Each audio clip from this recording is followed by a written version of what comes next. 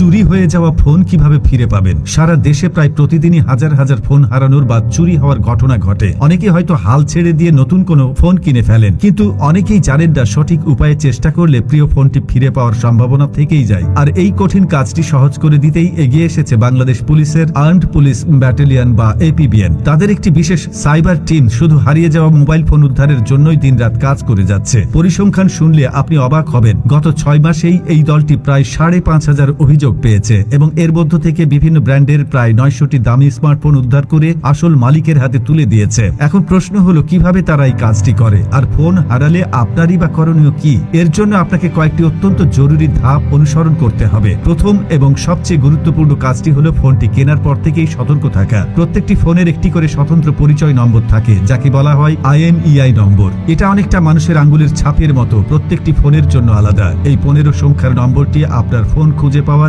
মূল চাবিকাঠি। ফোনের বাক্সের গায়ে বা কেনার রসিদে নম্বর লেখা থাকে। এছাড়া ফোনে *#06# ডায়াল করলেও IMEI নম্বরটি স্ক্রিনে ভেসে ওঠে। ফোন কেনার সাথে সাথেই এই নম্বরটি নিজের ডায়েরিতে অন্য কোনো ফোনে বা ইমেইলে লিখে সংরক্ষণ করুন। এই একটি ছোট কাজ আপনার ফোন ফিরে পাওয়ার সম্ভাবনা বহুগুণ বাড়িয়ে দিবে। এবার ধরুন সব সতর্কতা সত্ত্বেও আপনার ফোনটি হারিয়েই গেল, তখন কি করবেন? দেরি না করে সোজা চলে যান আপনার নিকটস্থ থানায়। সেখানে ফোন হারানোর বিস্তারিত বিবরণ দিয়ে একটি জিডি বা সাধারণ ডায়েরি করুন। জিডি করার জন্য অবশ্যই ফোনের IMEI নম্বরটি উল্লেখ করতে ভুলবেন না। IMEI নম্বর ছাড়া জিডি করলে সেই ফোন ট্র্যাক করা প্রায় অসম্ভব হয়ে পড়ে। জিডি করা হয়ে গেলে আপনার আসল কাজ শুরু। জিডির একটি কপি আপনার কাছে রাখুন। এরপর আপনাকে যোগাযোগ করতে হবে APBN এর সেই বিশেষ দলের সাথে। তাদের সাথে যোগাযোগের জন্য 2টি হোয়াটসঅ্যাপ নম্বর চালু করা হয়েছে। আপনার কাজ হলো জিডির কপির একটি স্পষ্ট ছবি তুলে নেন, এই 2টি নম্বরের যে কোনো একটিতে হোয়াটসঅ্যাপ করে পাঠিয়ে দেন, বা সংশ্লিষ্ট APBN দপ্তরে গিয়েও অভিযোগ জানাতে পারেন। আপনি যখন জিডির কপি তাদের কাছে পাঠাবেন, তখন থেকেই তাদের সাইবার অ্যান্ড